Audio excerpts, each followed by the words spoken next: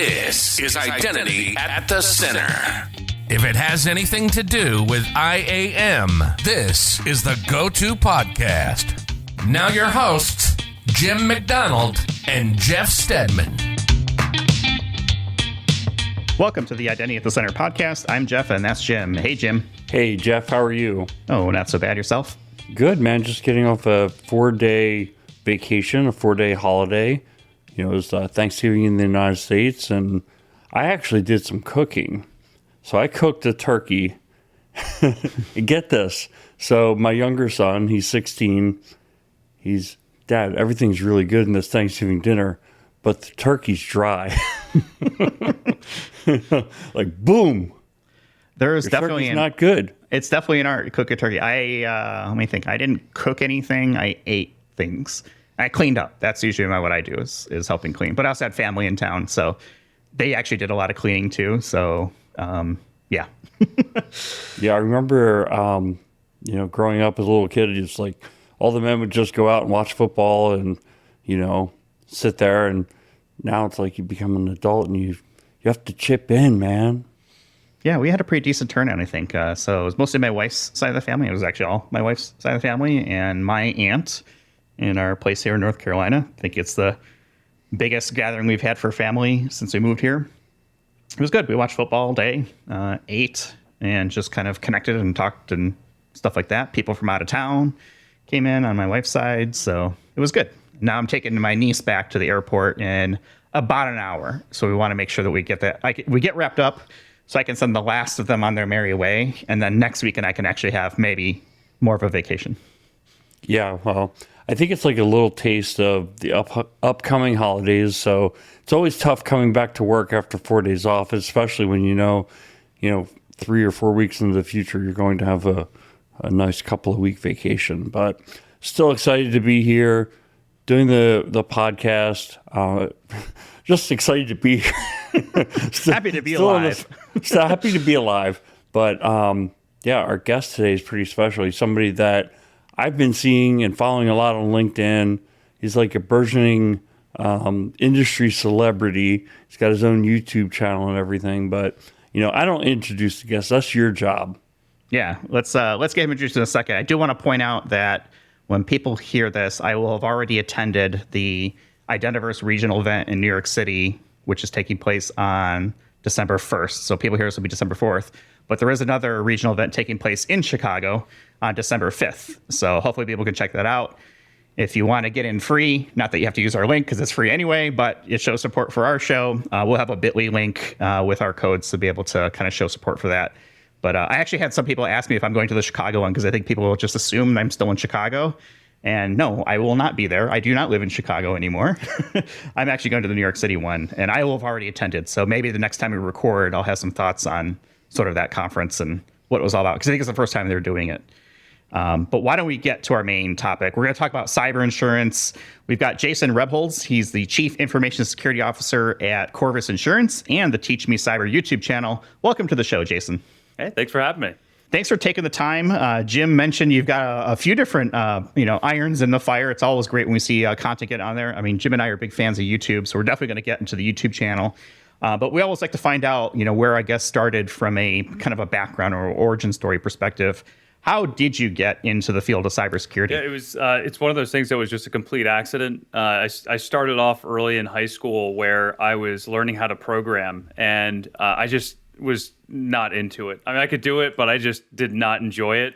And so my teacher at the time, who I still keep in touch with, said, hey, you should look at computer networking. And then that led into me discovering the security aspect of it. And I just went down the rabbit hole. And so, if I look at my career, it's just a series of just insane timing and crazy opportunities that came my way. And I just jumped on those. And so, I went to school before computer security was a thing.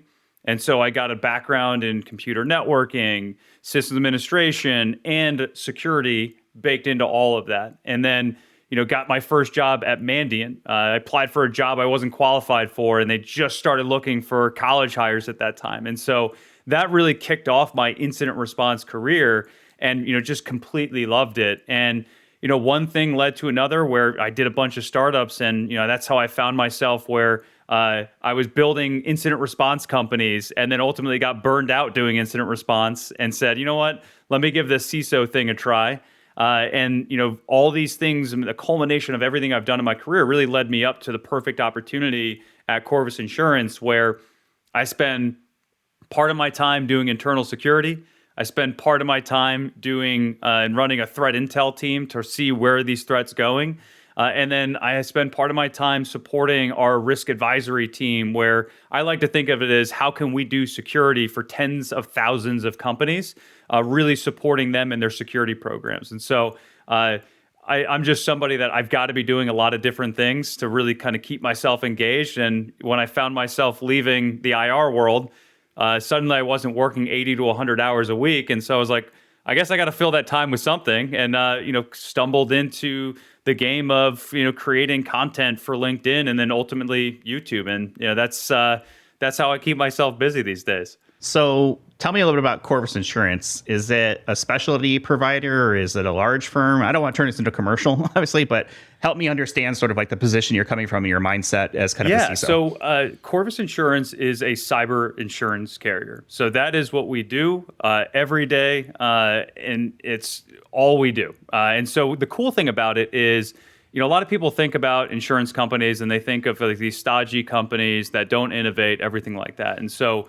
we actually are part of the InsurTech industry, meaning we are bringing technology to bear into how do we underwrite risk, and more importantly, for me at least, is how do we actively manage risk for our policyholders. And so, part of this is we have an external scan that I know everybody hates. It's just a very pinpoint thing in security. We're just looking at the external side, but it's how do we take that information and tie that into the ability to predict the likelihood of somebody having an incident and the severity of that incident. So it's a security tool in some sense, but security is secondary to how do we collect this information, then look at all of the security information behind that and tie that into traditional underwriting practices to really get a tight machine built there. And so, that's kind of the start of it. But where I really nerd out is how do we take this information and really drive the most effective security controls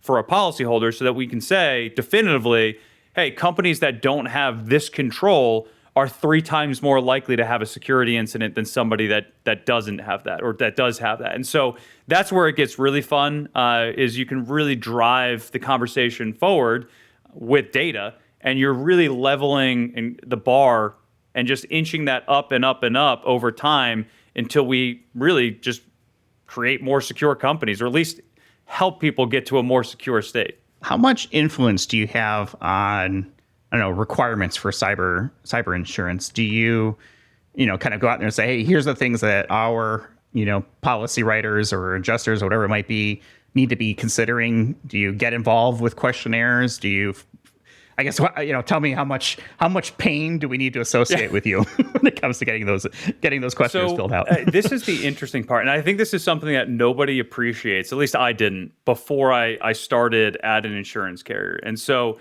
I came into the insurance industry thinking, oh, we're going to update all the applications and we're going to get all this great data and we're going to make it so much easier for everybody.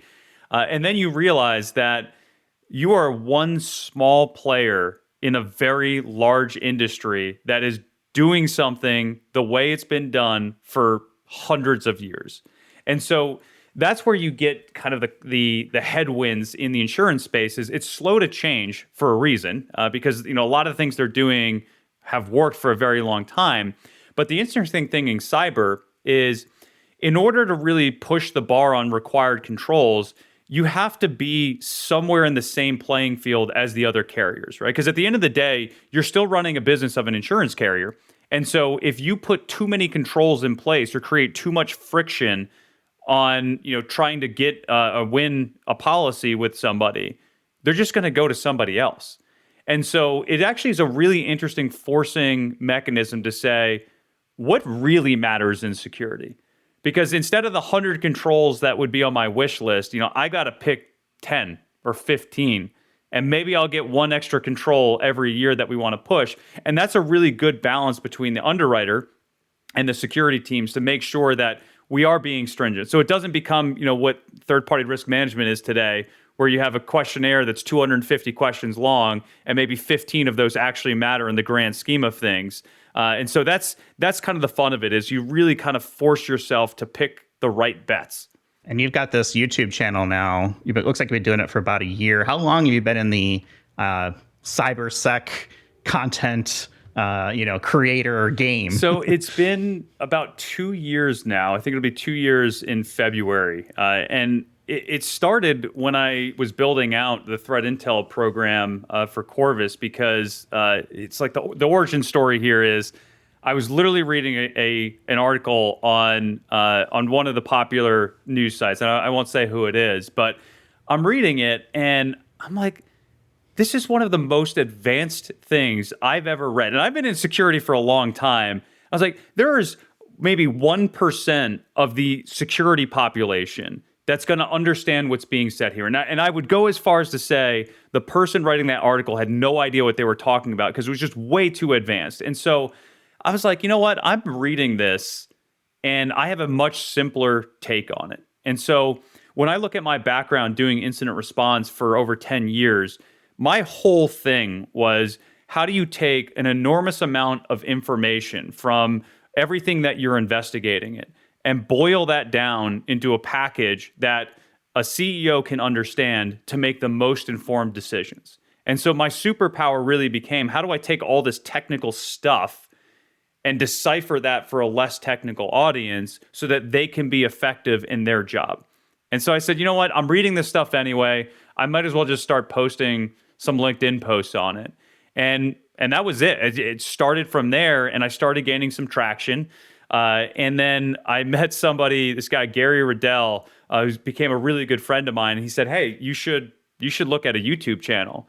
And I was like, that seems, ridiculous and whatnot. And so I think it was October of last year, I was like, all right, let me just give this a shot, and did my first video where I did zero editing. I was just like, I'm going to do this in one take and just see what happens. And then, curiosity gets a hold of you. And I was like, all right, well, let me try to edit some of this stuff. And then you learn a little bit of editing. And, I wanted to create some animations to help me better describe some of the technical concepts. And then all of a sudden, you're paying attention to analytics and YouTube, and you're like, oh, this video is taking off. Maybe I should create some more videos around that. And then, that's really how I found myself in there, is just, you kind of follow the data where it goes and see what's working and what's not. And yeah, it's been a crazy journey, just learning all these different skills that, you never thought that you'd be doing. But, here we are. Sounds very familiar story for us. We could probably geek out quite a bit on sort of, producer to producer, editor to editor conversation. But you might have answered the one follow-up question I want to get into, and that is, how do you choose which content you put out there? Is it the analytics like you mentioned? Because I'm looking at your YouTube channel, and you've got a lot of stuff recently around things like passkeys and password managers and sort of things like that. Are you seeing something in the analytics that's like, yeah, people are eating that crap up. We got to put more videos out about it. Or, is there sort of a method to the madness? Like, how do you choose content? So it comes down to the platform. Now, for LinkedIn, it's much more around what are current events that are happening. And my system is not complex. I'm reading the news, and when I'm reading something, I typically have some visceral reaction, right? Whether, oh, that's interesting, or, well, that's not right, or, oh, this would be, there's something to double click on here. And so from there, that's just inspiration for the daily posts. And from there, I've got a newsletter now. And I see, there's something that I want to say more about, or, there's more to this story than what I can fit in a LinkedIn post. And now I've got some information for a weekly newsletter. I tried that in YouTube, and it didn't work at all. And so what was interesting with that was where it first started taking off was with the LastPass breach. And so that's when I was still doing my typical process for LinkedIn, where it's like, okay, this is a major breach. I'm going to do a YouTube video on it. And you can see it's still early days. I didn't have like fancy lights and all the other, stuff that I have today. And so I just, did this quick recap, doing stuff that I would typically do for LinkedIn. And that video took off. And so I was like, oh, okay, that's interesting. If people are looking at LastPass as something interesting, and I was looking at the comments that people are like, oh, what do I do? Which password manager do I go to? And I said, all right, well, maybe I'll just make a video on the best password managers. And then that one started taking off. And so I was like, all right, well, this is interesting. I got some more comments around it. And then I stopped listening to it. And I was like, I'm going to do all this other stuff related to things that are interesting to me. And those videos did terribly. And so I was like, I think it was probably March or April of this year. I was like, okay, I remember I was literally having this conversation with my wife. I was like, I think I'm just going to go all in on this YouTube thing and just follow where, people want to listen to, which is like the most obvious thing. But again, when you're in the middle of it, no one ever like really pays attention to that. And so I put out a video, I think it was on Bitwarden, and that just took off. I was like, all right, well, let me just go through and do some more deep dives and kind of see where it is. And that's really what it's been becoming. And as I look at it, what people are really trying to protect is like, how do I authenticate into these? And my password is so central to my validation or verification of who I am. And then I said, okay, well, I'm seeing this passkey stuff. And I was like, that's the next evolution of passwords. So maybe I'll do a video on that. And that was an experiment. And it didn't really take off until Google came out and was like, hey, we're going to make passkeys default. And then that one shot off, right? And so I'm just looking at it as people have this problem today where they have an endless number of websites and applications that they need to authenticate to and no real good way of trying to remember all those things. And they're just trying to make their lives easier by like using a password manager, or hopefully everyone eventually switches to passkeys so that we can, combine security and usability together. And so, that's the vein I've tapped into now. Who knows where it's going to lead? But I think that's the beauty of the data is you just kind of try things out, see how it performs, and then lean in where it makes sense. Jason, I really love the channel. I watched a lot of your videos. I think if you did more gym fail videos, you probably would get thousands more subscribers. But I think stick to this. You're in the right lane. I think people should our listeners, I encourage you guys, go out there and subscribe to the YouTube channel, and also connect to them on LinkedIn, because you do like weekly calls and things like that. And it's like, wow, what a great opportunity to learn. And I want to learn from you about cyber insurance. And, I work with a lot of folks who are responsible for filling out applications for their companies, trying to figure out, okay, what do we do strategically to better our posture for cyber insurance? But what I don't want to do, and what I think you do a great job of with your channel, is like, don't lose people. And I want to start with the very simple question of, what is cyber insurance? Yeah, cyber insurance is your way to recover and respond to an incident. And that can mean a lot of different things for a lot of different people, right? But, take the parallel to car insurance. If you get into an accident, do you want to pay the bills to get that car repaired, or the bills for, who knows what the person that you got into an accident with is going to do, whether they sue you, whatever. That is a huge financial impact. And for a lot of people, they're not going to be able to deal with that financially. And so, that's something where it's kind of the end of the line for them at that point, and they may never really fully recover financially from that. And cyber insurance is the same concept when it comes to a hack. And so if you get hacked, and whether it's a ransomware event where all your systems get encrypted and you need help getting back up and running, whether that's your finance team accidentally wired money to a CEO who was claiming he needed an urgent wire transfer, only to find out that it was an attacker located overseas. Those are incidents that can cost you millions of dollars. And there's no business that's just going to write that check willingly. And so cyber insurance exists to help offset that cost. And I think that's the pure play vision of it. But cyber insurance, it's still relatively new in the grand scheme of insurance. But what I personally love is that there's so many other value-added things that you can get from that, right? You get access to incident response vendors that have been vetted and know the process to make sure that they're going to give you the best response process that's as efficient as possible and get you back up and running, and have little or fewer issues working with the insurance carrier because they have a relationship there. And so, that's one area. You've got in the InsurTech space, you've got, we're doing scans on a monthly basis for you. We're doing dark web monitoring for you to see, are you having compromised credentials pop up? Is malware installed on your system? And so, these are the type of scenarios where we can get ahead of an incident. I mean, literally just the other day, this was just before Thanksgiving, we found that one of our policyholders had their VPN creds that were sold to an access broker. We notified them, and now they're getting started in responding to that and cleaning it up in their environment before a ransomware event, right? Like, those are things you would never think your insurance carrier is going to do for you. But to me, like, this is how an insurance carrier really can support you, is by giving you these value-added services as part of your policy that you wouldn't even know to ask for. Because the whole name of the game is insurance carriers are there to help pay for a claim when you have it, but it's in both interests to not have a claim in the beginning. And so what can you do with your insurance carrier to try to reduce the likelihood of that incident up front? That's really where the fun is, at least for me. Yeah, that's a really great point. I hadn't thought of it that way. It's kind of like how with some health insurance companies, they'll pay for your gym membership, right? If you're working out and living a more healthy lifestyle, you're less likely to need to go to the doctor, get a surgery, things like that. Now, I've heard the saying a lot of times there's those companies that have been hacked and those that don't know they've been hacked. Is that true? Because if that's true, then it kind of like, my idea of insurance is that, you get car insurance.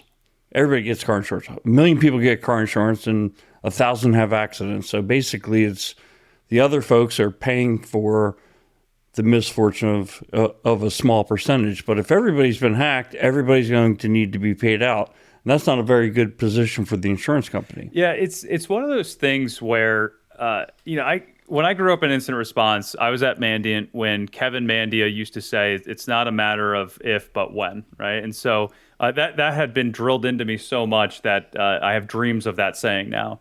And so I think there's truth to that, right? It's not that everybody is hacked at the same exact time. And the challenge here is that you're always going to have some element of evil happening, right? But it's almost like bacteria, where you have bacteria in your body, but some of that's healthy bacteria, some of it's bad, but it's at such a low level that you're not even going to notice it, and your immune system is really going to be able to handle some of the foreign things that are coming in, right? But it's when something extra bad happens, whether it's the flu, or can we say COVID now? Are we beyond that, where it's okay to use that as an example? But there's things like that. We just got demonetized. Thank you. There are things like that where your body is just not equipped to handle it, right? And so that's when you're going to go. You're going to get some medicine. You're going to use your health insurance, right? So I think it's very similar in cyber, where you're always going to have some level of something happening, but not every security incident rises to the level of a catastrophic event. But insurance is meant to be there for those catastrophic events, where it just crosses that threshold where you're just like, I can't do this by myself anymore. I need some help. And that's when you're going to tap into insurance. So what can cyber insurance cover, or should you look at it as what it can't cover? Like what's the right way to look at that? So the right way to look at it is through a conversation that you have with your insurance broker so you understand what it is you're buying, right? And I say this is one of the things where I see a lot of organizations get mixed up, because they have a perception of what's covered, which is a lot of things, but it's not always the case. And so I'll give you the clearest cut example. So I co-founded a company called Mox5, and Mox5 specialized in what I called ransomware recovery. And so this was when you got into an incident, a ransomware incident, and you needed support getting back up and running, Mox5 would bring in IT resources to help out. They're basically surging your capabilities to get you back up and running quicker. And so the thing that popped up all the time was that we would get into a situation where suddenly the person who got hacked wants to completely rebuild their network. And they want all the latest and greatest things to rebuild that network. The challenge is your insurance policy typically is only going to get you back to where you were before. Just like car insurance. Like if you get into a car accident and you're driving, a Ford Focus or, Tesla, whatever, you're not going to suddenly be able to buy a Ferrari. Like that's just not how it works. And so there's just that disconnect where it's just like, oh, well, I needed to do these things to get back up and running. And it's just like, well, hold on. maybe that's not the case. You're really looking at what's reasonable and necessary to get back up and running. And that almost never requires you to rebuild your entire network. And so there are little caveats like that pop up from time to time. And that's why it's so important for you to talk with your broker to really understand, what does my insurance policy cover? Is it going to be enough based on my environment and what my expected costs are going to be? And so it really needs to be tailored down to that organization. And that's especially true when you're dealing with larger companies. So Jason, talk to us about some of these key factors for being qualified for cyber insurance. I mean, do organizations sometimes just get denied coverage? And if they are, affirmed coverage, is it because they're kind of perfect across the board, or is it okay to have some deficiencies? Yeah, this is never a game of perfection. If we had mandated every single control, across the board that was on the wish list, we wouldn't be in business very long. And so, the way that I look at it, and this is fair to say across most of the cyber insurance space, is there's typically a small number of required controls, and these controls will change based on the size of your organization. It will change on the industry that you're in. If you're in a higher risk industry, there might have more controls that are going to be required. But typically what you find is there's a requirement for some sort of advanced AV. I'm going to say that generically here, because what we're really looking for is EDR, Endpoint Detection and Response. That's kind of the golden child that we look for most. You've got things like backups, secure and resilient backups. And then my personal favorite, MFA, for remote access to your environment, for access to your email. And those are three of probably the most common controls you're going to see. You'll see a smattering of, for larger organizations, maybe it's going to be a secure email gateway to make sure that we're addressing some of the phishing threats. Some people like to see phishing awareness training and things of that nature. But like the three that I always go back to as being the mandatory is MFA, EDR, and strong backups. And that's really going to help us deal with some of the most common business email compromise attacks, and certainly some of the most common ransomware attacks as well. Now, I know in my past of working with regulators, a lot of times you could say, all right, we are implementing something in 3 months. A lot of times they wanted to see that you had a roadmap and that over time you were sticking to your roadmap and implementing technology. On the insurance side of the house, does having something in the roadmap even help? It can, but it's not something that I would bank on, right? And the reason for this is because your insurance coverage starts on a certain day and it ends on a certain day, right? Typically a 12-month period. And so if the intent is that we want to see that control in place, and you say you're going to get it done in 30 days, but you don't, then basically the policy was written under context that's no longer accurate. And so sometimes what you'll see is an underwriter will go in and say, hey, we're going to issue this policy contingent on you doing this activity, installing control within a 30-day period. And if you don't, the coverage might change, right? And so that's known as the industry lingo that's called a subjectivity, right? And so you see those from time to time, but typically what an underwriter is really looking for is, does the control exist, right? And can you sign off? Can you attest that it is in place for all users or whatever it might be? So that's the ideal. You'd say you get into a risky area if you're going in where there's too many subjectivities there. Yeah, I'm also wondering, who is cyber insurance for? I'm assuming that large enterprises, it's for them. I'm assuming bigger, medium-sized enterprises for them. We had Bob Lord from CISA on the podcast, and he was the CISO at the Democratic National Conference, DNC. Yep. Committee. And they were less than 200 employees, right? And and he said, we're below the security poverty line. I just love that line. But I'm wondering, if you're below the security poverty line, is it like cyber insurance isn't for you? So is there some kind of breaking point where the size of the organization matters? if you look at it, first of all, Bob is, I'm a huge fanboy of Bob. He's one of my favorite people, and I think what he's doing is amazing. And so anytime he says something, I'm always listening, right? As it relates to organizations, you really, whether you're a small business or like an Amazon-sized business, right? Like you have to look at cyber insurance because even just looking back at my time doing incident response, I would say the vast majority of companies that I was working with, they were sub 200 people, right?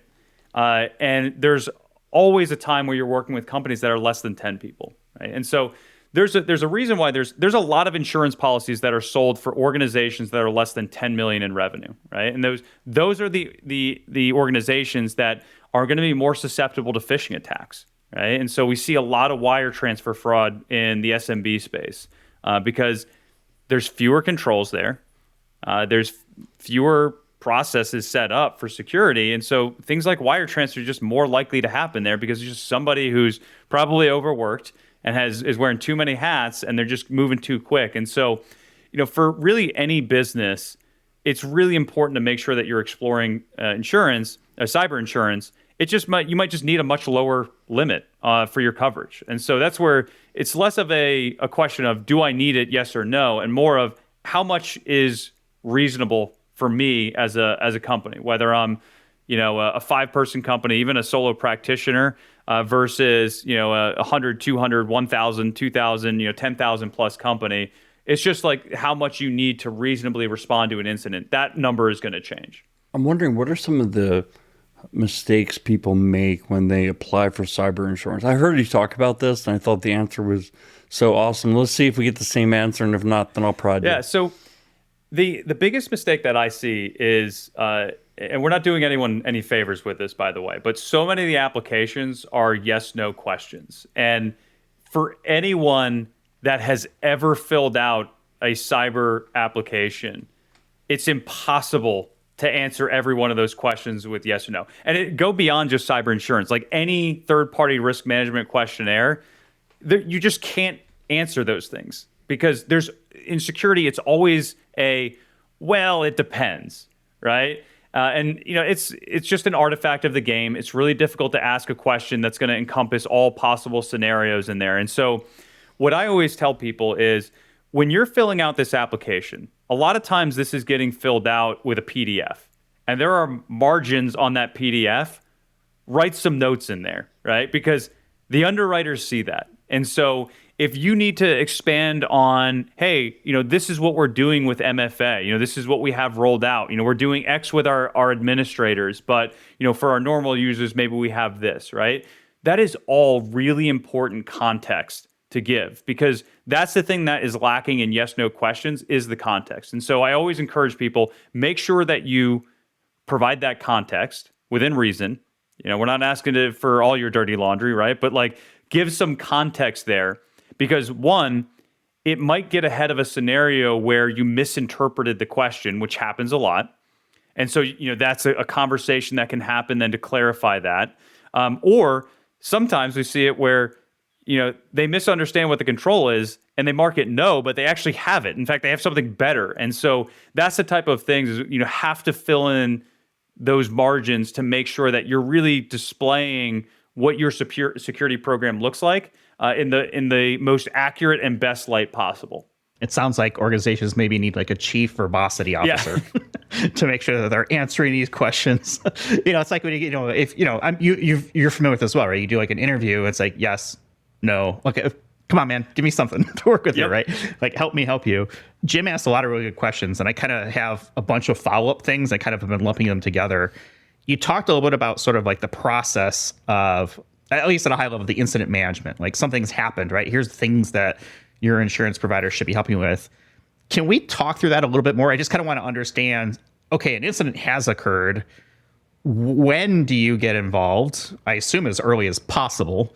But can you kind of just walk me through it? I don't want to tell you a secret sauce or anything like that, but tell me what is this, what is the role that you're playing as a cyber insurer with an organization that's gotten breached? Yeah. So the most important thing is to notify as early as possible, right? And so there's a little cheat code that you can use where you can just put an insurance carrier on notice that, hey, we might have an issue at hand here. right? And so that is early stages. You're not providing formal notice or anything like that, but it's just enough to say, hey, we think we might have a problem. What can we do? Or what should we do, right? And so what does that mean? Is that like a legal term? Notice is first notice of loss is like that is a legal term in the claims world of like that's the first time that the carrier is receiving information that you have experienced a security breach and are requesting or basically formally filing a claim with the insurance carrier. So this would be the equivalent of with car insurance if you're like filling out the online app to tell them that, hey, I got into a car accident and I'm looking to seek reimbursement for whatever expenses. So that's like that's when it's just like, okay, you're officially going to have a claim on record at that point when you're saying first notice of loss. But if you're just going and saying, hey, I'm going to put you, just want to give you a heads up, there might be an issue here. Somebody might make a note of it, but it's just kind of a pin, if you will, in the conversation until you get more context. Is there a negative thing that can happen? It's sort of like, the boy who cried wolf too many times. Is there a spot where it's like, man, this company keeps informing me of potential things that might be happening? Does that carry something with it? Or I guess, how do you get around that? It's like, of course you want to be notified, but you also don't want to, maybe trigger something that might be also negative. I feel like this is, maybe like a relationship between a kid and their mother. So it's like, I don't need to know all the secrets, right? But, just tell me the things that are going to put you in jail sort of situation, right? And it's just one of those things like it when you see it, right? And so I wouldn't say that there's a formal guidance or principle around it, right? But like, the general rule of thumb is if you think this is going to cost you money, where you're going to have to bring in outside people or, anything like that, or you have some questions of, hey, is this an issue or not? It's just better safe than sorry. And most of the time, it's nothing, right? And the times when it is something, you're going to be filing a claim anyway. So it's kind of no love lost sort of scenario there. And so, come renewal time, the emphasis is going to be on like how many actual claims have you had versus when we look at it as a carrier, hey, what does our partnership look like? Are we having a two-way conversation here where you're really interested and invested in your security program, which is going to include when there is an incident, just letting somebody know, that goes a long way because for me at least, that's saying, hey, you're taking this seriously. Like this isn't you trying to hide the ball. It's not you trying to, paint yourself in a better picture. It's just like, the whole point of you getting insurance is that if you do have a claim, we're here to pay it. So it's like we'd rather have that transparency than get the call at 2:00 in the morning that you need to be bailed out of jail sort of situation. Like just give us a heads up, you're going to a party first, and we'll be ready. We'll have our phone off mute sort of situation here. Okay, so we've filed notice. Like, what happens next then? Take me through so response. At that point, you're getting in touch with a claims manager, and depending on your insurance carrier, you might get in touch with a technical resource in addition to that claims manager. The claims manager is your conduit into the insurance company that you're going to submit your invoices to, and the claims manager is reviewing those invoices and working on determining coverage, and whatever is covered, which is almost, most of the time it's everything, is issuing the payment back to the policyholder. And so that I would think of the claims person as that is my conduit into the insurance carrier. And that first conversation is very, very important because they're going to ask you for information of what happened, right? And you're not going to have the full story, and that's okay. But the idea is that the claims manager is looking at what is the situation on the ground and what service providers do we have that make the most sense for you, right? And so they're looking at the industry, the size of the company, the threat actor, the type of attack. And we do this enough where we know, okay, you know what, this company is this size, it's this threat actor. Well, we just had 15 engagements with this one service provider who has a really good playbook for responding to this type of situation. We're going to give them a call. We're going to put you in touch with them, right? And so the claims manager becomes this conduit where they're really just a facilitator. And they're going to say, okay, great. Now that we know the details, we're going to recommend to you that you engage with these companies, right? You have a lawyer who specializes in privacy law. Oftentimes they're called a breach coach. We're going to bring in a forensics provider to do an investigation into it. Maybe we need to bring in some additional IT support for that. And so they're there to really connect you with them. And so at that point, you're going to jump on that call, do a scoping exercise, and then you're going to get statements of work from all these service providers direct to you, right? And at that point, you're engaged with these providers, and you have just started the incident response process, and you're going through that whole thing. And so as you're going through and responding, certain information for invoices and stuff finds its way back to the carrier. And this is where it's really, really important that if you're looking at saying, hey, in order for us to get back up and running, we think that we need this big purchase, talk to your claims provider, right? And so like this is where it's just like I can get ahead of some of these coverage issues. A claims person isn't going to give you a claims decision up front, but they can really help shape what is in bounds for you, right? And most importantly, what is out of bounds? Like avoid these landmines at all costs because that might not be reimbursable. And so as you're going through that process, if you're having that dialogue, you're going to be in a good position to really maximize the amount of money that you're getting back from all of these invoices that you're paying out. And so you go through that whole process, and the insurance carrier is there with you along the whole way, making sure you're good. And then, depending on your insurance carrier, one of the things that we do that I love is we'll jump on a call at the end and say, okay, great, you just went through a terrible experience. Let's just talk about it. And we can give a little bit more of one-on-one attention to make sure. Let's talk about your remediation plans. Like, how are you doing with that? And all that information can be bundled up to go over to the underwriter and say, hey, like, yeah, they had an incident, but here's all the great things that they did afterwards. And this is how they're working to advance their security program. And those are all things that the underwriter will look at come renewal, because I think it's a little bit of a fallacy where it's just like you have one claim and you're out of there, right? Does it happen? Yeah, sure, right? Especially if it's a really bad claim. But if you go in and you can show that you're in a good position, underwriters take that in consideration among all the other things that they're looking at. So you mentioned bringing in other third parties into this relationship with the claims adjuster, the claims person, as well as breach coaches, right? Remediation, response, those sorts of things. Large company, typically, you need MSAs in place and all sorts of legal agreements. But when you're in the middle of a breach, speed is really one of the things that really needs to be present. How much planning needs to go ahead of time to say, okay, we've engaged this organization to be our cyber insurance provider. And oh, by the way, that cyber insurance provider has this list of different providers that they use, right? And will recommend in a certain case. Do I, as the organization, go out and say, okay, that's great, thanks for advice, let me go start working on MSAs, and so we have them in place? So it really is just send me a statement of work, maybe pre-approved pricing, things like that. Because I don't know about you, but I get stuck in legal stuff all the time with contracts, and it takes a long time, for people to agree on the language, right, from a contract perspective. Is that something we should be doing ahead of time, or are there shortcuts that can be taken sort of in the moment? I feel like you were an A+ student, because that is definitely like the A+ thing to do. Most companies don't, though, right? And so this is where, I adapt a Warren Buffett saying of, save when you can, not when you have to, for cyber, to prepare when you can, not when you have to, because typically by that time you're scrambling. And so that is one of the things that I would definitely recommend is if you have a preferred provider, or if you look at the panel and say, hey, this is the company I want to work with, just get an MSA, or at a minimum, just to have your legal team review the MSA ahead of time and just kind of get to the point where maybe you're not signing it. Ideally you are, and you're good to go. It just helps. It's like, it's one less thing that you have to worry about when you're in the middle of it. But that being said, I did 10 plus years of incident response.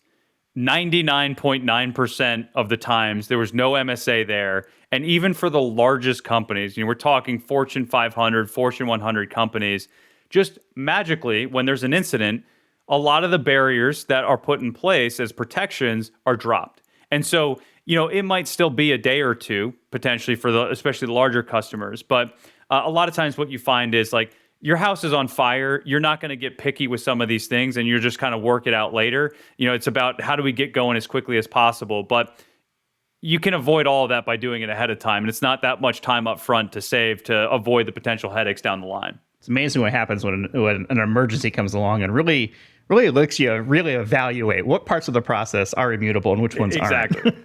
You talked a little about some of the key things that you look at from sort of must-haves. EDR was one of them, MFA, backups. What is the biggest bang for the buck when it comes to cyber insurance coverage? Is it MFA? I feel like that's been sort of like the focus du jour for the last couple of years is getting MFA. Is it something else? I guess if I'm just starting to get into this, I need to start building up my case or my capabilities to acquire cyber insurance. What's the first thing I do? MFA is the de facto answer there. And the main reason for that is because enough underwriters know what that is and can say, do you have it? Yes or no, right? And there, again, in security, so it all depends, right? Like, how many do you have it deployed to? What type of MFA have you deployed? But at the end of the day, that answer is going to hold a lot of weight, especially as it relates to, whether you can get coverage or not. Because there are some insurance carriers that are out there that'll say, you're not getting a policy unless you have MFA in place. Whereas if you look at EDR and backups, which are still the two that I would say, like, of all three, like, you got to have these things. But there's more latitude there, right? Because we could nerd out for hours on what exactly is an EDR. And, just because the marketing team says that it's an EDR provider doesn't mean that it is. And so there's a little bit more latitude there where it's just like, okay, you're close enough to meeting the definition that it's okay. Whereas with MFA, it's like you have it or you don't. And we haven't reached the point as an industry yet, which is like, this is what keeps me up at night, where there's a mandate for phishing resistant MFA. Any form of MFA right now is better than nothing. And so, that's where focus on that first. If you don't have it, just go to the number one spot, get phishing resistant MFA in place. You're going to save yourself a lot of trouble down the line. And so, yeah, like all things being equal, start there, get that out there. It's going to give you the biggest bang for your buck. I thought there's a 50-50 shot of you going with backups because it kind of seems like if your MFA is defeated, you can do a lot with backups, right? You can at least restore your environment. If you get breached and they own your Active Directory or something, even if they give you the key to decrypt things, you might not be able to get it decrypted, right? So having good backups might be the only thing that saves you. I would put that as the third place of the three. Right. And so the way that I think about it is, and this is my bias from growing up in incident response, because I think very timeline based and how an attack progresses. Right. And so your front door, MFA. Right. And that's not going to stop everything. Right. But weak credentials, can lead to that, account takeovers. That's just you're asking for a recipe for disaster. Right. And then from there, an attacker is going to have to move around the environment. That's where EDR comes in play. So I've got a better chance of picking that up along the way before they get to an encryption standpoint. And then backups I put as the third because to your point, like that is your Hail Mary. When all else fails, and assuming this is just a ransomware attack, right? When all else fails, your backups are your last line of defense, right? And so it's almost like if you look at kind of the aperture of how much bad stuff that these controls protect against. EDR is probably going to have the biggest aperture because you're just covering the widest number of types of attacks that you're going to protect against. MFA, I think that aperture is growing wider, especially with the use of SSO and things of that nature that are giving you direct access into cloud systems and everything like that, where you're getting back into the infrastructure. And then that aperture for the backup, even though it's super, super important, it is very focused on a ransomware attack, because now you have a lot of the extortion-based attacks that are coming in, just stealing data, and they're just saying F it to trying to encrypt systems, because most people are getting better backups today. And so this is the fun of it. This is going to sound ridiculous, right? But this is the fun of security.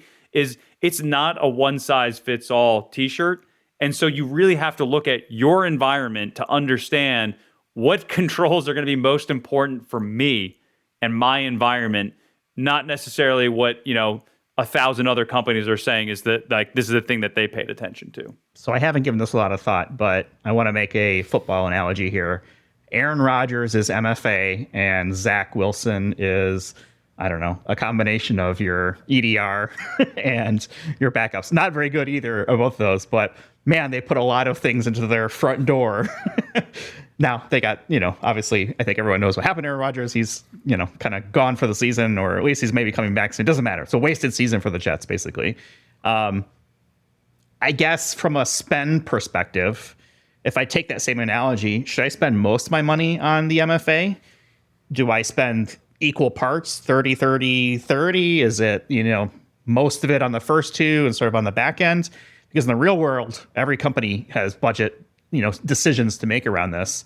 Where do you see sort of the percentage breakdown between MFA, EDR, and backups? So I would say it's going to be dependent on how far along people are in their journey. I think a lot of people are going to start with some basic stuff with MFA, and they'll probably go the free route, right? And so you can get a no-cost solution there. It's not the best solution, but it's pretty damn good, right? Especially if you're using, say you're using your Microsoft Shop, right? You can get some pretty good conditional access controls in place with even push-based, so that you've got the number matching, you've got the geolocation on the prompt, and so it's not perfect, but it'll get you pretty far. With the emergence of passkeys now, you can even do that for somewhat free. Your mileage might vary there, right? So I feel like the return on investment on that is just the time it takes to do it, and that is way worth it, right? With EDR, I like to push for the good ones, right? Because there's a cliff in EDR where you're buying the marketing data sheet versus the capabilities, and so it's something that is still fairly affordable for most companies. It's per user, right? So it's gonna add up the larger you are. But that's where I would bucket money. I don't know what the right breakdown here is, but I would bucket quite a bit there.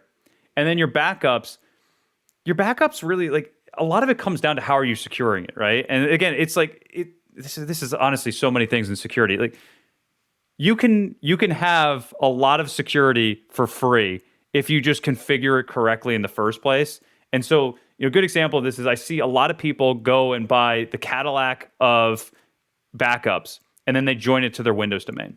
And it's just like, congratulations, you have just destroyed your chances of securing your network, or making a resilient network, because now the attacker's just going to log straight into your backup server and delete everything, right? So maybe you go immutable, right? Like, it's, if you do it the right way, I'd bucket, say I'm going to make these numbers up, right? 33% of it on your backup, 30%, 50% on EDR, and what does that leave? 20% on MFA, right? And if you break down what the actual costs are between all of those, it probably evens out somewhere along there. But it all depends on the size of your organization, because the bigger you are, the more storage you need, and more robust backup. So that's a very long way of saying it just depends on your organization, and you should do them all. I want to ask about rock climbing, but before I get to that, I want a quick take on where you see the future of cyber insurance going. What should companies be looking to implement now to keep pace for next year and the year after that? I feel like privilege access management is starting to see that more involved with questionnaires. So I'd love to get kind of your quick takes on that. And where do you see things also like AI and deep fakes? Are these things that we need to be concerned about as, real people in the real world, or is it still a little bit too far out? And maybe it needs a couple more years to bake. And we can do a whole podcast on that one. So, related to PAM, if you're a large organization, to me, that's table stakes. You need that in order to be successful with your IAM program. It is a requirement for some carriers. And so the larger you are, the more important that's going to become. Smaller organizations, you're probably not ready for it yet. And honestly, it's probably a waste of money for you in most situations. You probably can get away with using an enterprise password manager and just doing specific vaults. You can kind of hack your way to get to good security for a lot more something that's a lot more affordable. But if you're dealing with on-premise environments and stuff like that, it gets way too complicated. Just go with the PAM. So if I have my way, where I think people need to be paying attention to, and where I think insurance carriers need to be looking closer at, is phishing-resistant MFA becomes mandatory. Because we're in a period now where we all accept that MFA is really important. You have some insurance carriers that are mandating you can't get a policy without that. But attackers have already created ways to bypass weaker forms of that. SMS, push based, token based, specifically a one-time password based. There's nothing practical that is bypassing passkeys, right? Anything FIDO2. And so in Jason's perfect world, we have every company who buys insurance has a phishing-resistant MFA solution in place, preferably something passkey based that really puts them in a position to stop a lot of these types of attacks that are out there. I think with the whole AI thing, the 30-second response on this is, I think a lot of the hype is overblown today. Attackers are not using it the way that media is portraying, in a sense of building these catastrophic abilities to hack into companies. I think we're probably 2, 3, 4, 5 years away where we actually start seeing it implemented in the day-to-day operations of attackers. We will eventually get there. I think the beauty of it for most organizations is your defense strategy does not change with this. It just becomes more important that you get more coverage of your existing controls and that you become better at detecting and stopping these attacks before they get to the get-go. Because a lot of the AI stuff is just going to drive towards efficiency gains. It's not going to change the playbooks that attackers have been using for the last 15 years, because those haven't changed all that much. Yeah, it seems like the playbook is social engineering and phishing, right? As one of the entry methods, right? And, vulnerabilities, right? You got very few ways to break into an organization. If you get that, you're in a good spot. And then the squishy center of your organization, if you have good detection and response capabilities, you can try to get ahead of it before the attacker goes and gets access to Active Directory, gains full control of your environment, and then, encrypts your environment or steals data or what have you. Okay, let's talk rock climbing, because I think that's one of the things that you do when you're not doing YouTube, LinkedIn, being a CISO, right? All the different things that are out there. It's been forever since I went rock climbing, and I think my rock climbing career consists of a Lifetime Fitness wall about 20 years ago. I'm assuming you do a little bit more than that. Can you take me through sort of, what is, when I say rock climbing, what does that mean for you? Like, what is your normal? Yeah, so like? I'm not one of those hardcore people who go up outside and everyone always asks me, "Have you seen Free Solo?" Like, that's not me. I'm not doing that stuff. I think that's crazy and a little bit too dangerous for me. So I do spend most of my time indoors. I love top roping and lean climbing, which is basically where you're climbing up walls that are anywhere from 45 to 60 feet. And for me, what I love about it is the perfect blend of problem solving and puzzles. There's a lot to do with security, right? And physical activity. Because, when you're doing it and I call myself probably like an intermediate plus climber. If there's any climbers out there, like I'm a 512 climber, which is, a fairly intermediate level. Professional climbers, like at competitions, they're probably climbing 514s, 515s, like stuff that I can only dream of ever doing. But for me, what I really enjoy is when you reach that 512 level, again, it's like intermediate plus level, you have to look at it from the ground and see, okay, I'm going to move this hand here, and then I'm going to move my, hips in here and do this, this, and this. And it's called projecting. And so you're projecting out and like really mapping out what is your climb going to be. And then you get on the wall. You tend to just forget it all. It's like, hopefully it's just embedded in your mind at that point. And then you have to put those pieces together. And it's to the point where if you're literally off by 2 inches, you're falling off the wall. And so for me, I love that because it gives you the ability to, really put this projection in place. You got this the problem-solving aspect there, and the physical, like just draining thing where you're hanging off of just your fingertips. To me, that is my euphoria because I don't think when I'm doing it. You're just acting and you're working on it, and you're going to fail, which is the best part. Because then you can really kind of try these things out and just tweak things over time. And then all of a sudden, you're getting these climbs. And so for me, like that's my kind of analogy for life is constantly test, experiment, tweak things, try it out, see what works. And then once you have that, it just becomes part of you and you don't think about it anymore. You just do it. So you mentioned 512, which I think is like this climbing measurement system, right? If I remember, it's basically 1 is supposed to be like flat basically, and 5 is like gear is required. That's like the first number. Am I right on that? It's the general grade. Typically, when you're in a climbing gym, you're only going to see the numbers start with a 5, and then you'll typically see the grades go from like absolute beginner, like children's party level is like a 5.6, and then you get up to the 5.10.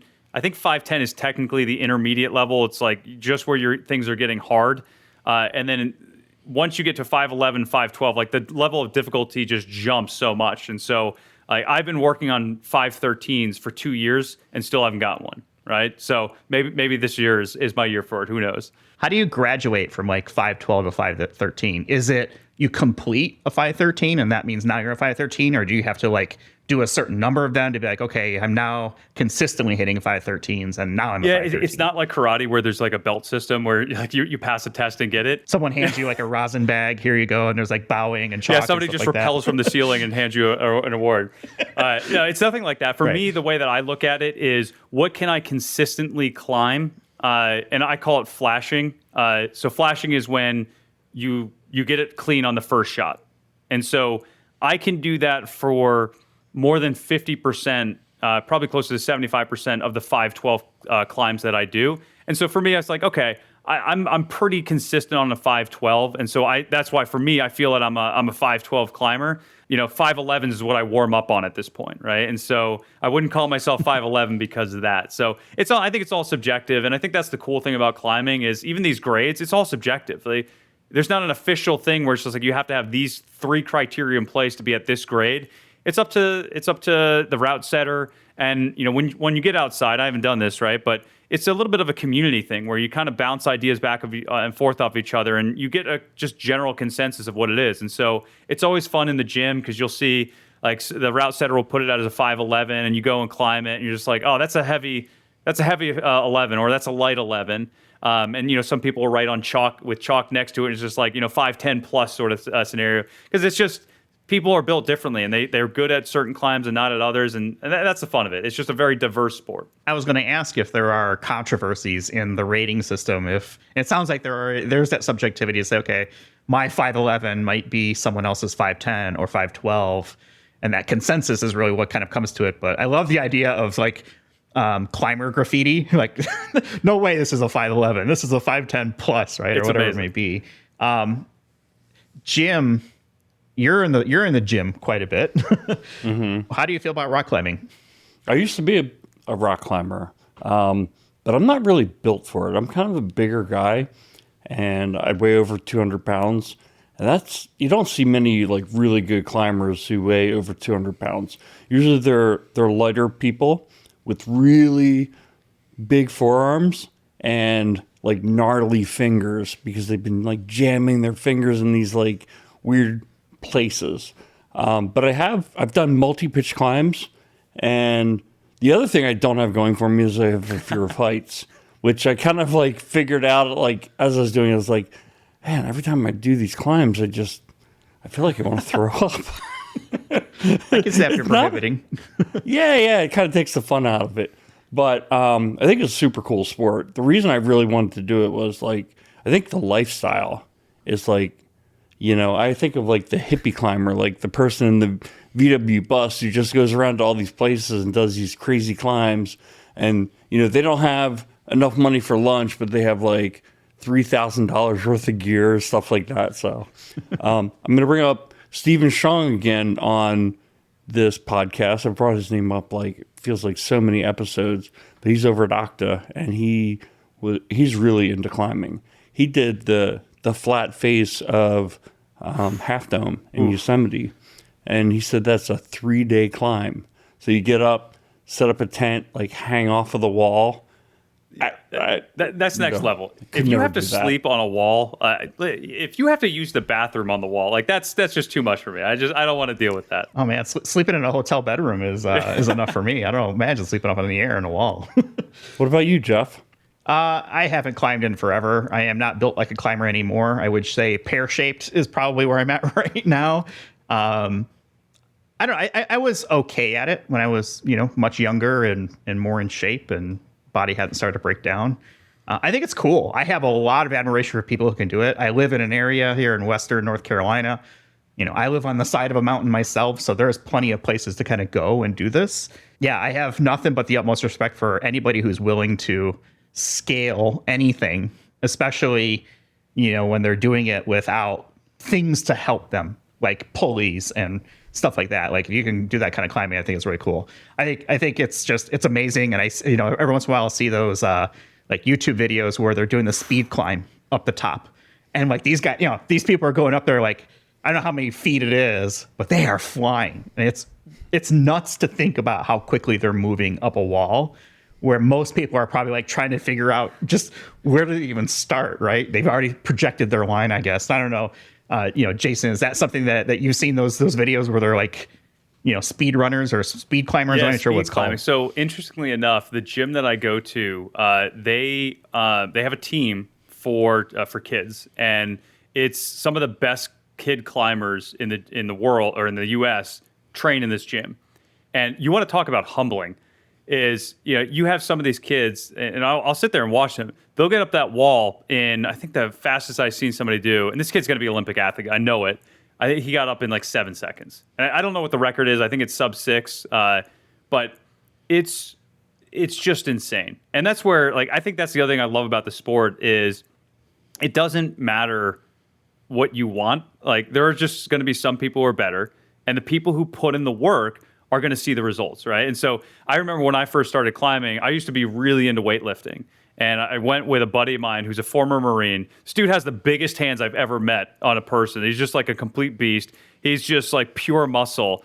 And you realize that when you're that type of body build, you're going to overexert yourself, right? And so it's not about muscling yourself up there. It's about how do you find the most efficient movements to get up there. And, when you do it right, it's mostly legs, and you can climb forever. And certain slender body types, they're always going to have a little bit of an advantage. There's a sweet spot on height. My wife climbs with me, and so she's shorter. I think she's like 5'4", and I'm 5'11", and we go back and forth with each other because she's like, you only got that because you're tall, and I was like, well, you could try harder, right? And it's just not true. Like some people are going to have an advantage, but that's the fun of it, is like you kind of find your specific area and what you love and you enjoy, and you can push yourself on other climbs. Well, this sounds amazing. You make me feel like I want to get out there on a mountain. I'm not going to do it, but you make me feel like I want to. Jason, you've been really generous with your time, and I want to let you, kind of get on with your day. We're going to go ahead and wrap up this conversation. We're going to have a bunch of links in our show notes so people can connect with Jason on LinkedIn. We'll have a link to your Teach Me Cyber YouTube channel, Corvus Insurance, for people who want to learn more about what you do in the real world, I'll call it. And yeah, for Jim and I, we're on the web, idacpodcast.com. We're on Twitter at IDAC Podcast. We're on Mastodon at IDAC Podcast at infosec.exchange. Jason, have you gotten into the Mastodon thing yet? I have not. I was never into Twitter before that collapse. And so So you're healthy. Okay, yeah, great. Exactly. A little bit of extra mental space for me. Right on. So connect with us on LinkedIn, Twitter, etc. Subscribe to the show, right? All the YouTube things are absolutely applicable to the podcast space. And yeah, we'll go ahead and leave it there. Jason, thank you so much for being part of this conversation. Hope you'll come back and educate us some more. And with that, we'll go ahead and leave it for this week and talk with everyone in the next one. You've been listening to Identity at the Center. We hope you've enjoyed the show. Make sure to like, rate, and review. And we'll be back soon. But in the meantime, hit the website at identityatthecenter.com and find us on Twitter at IDAC Podcast. See you next time on Identity at the Center.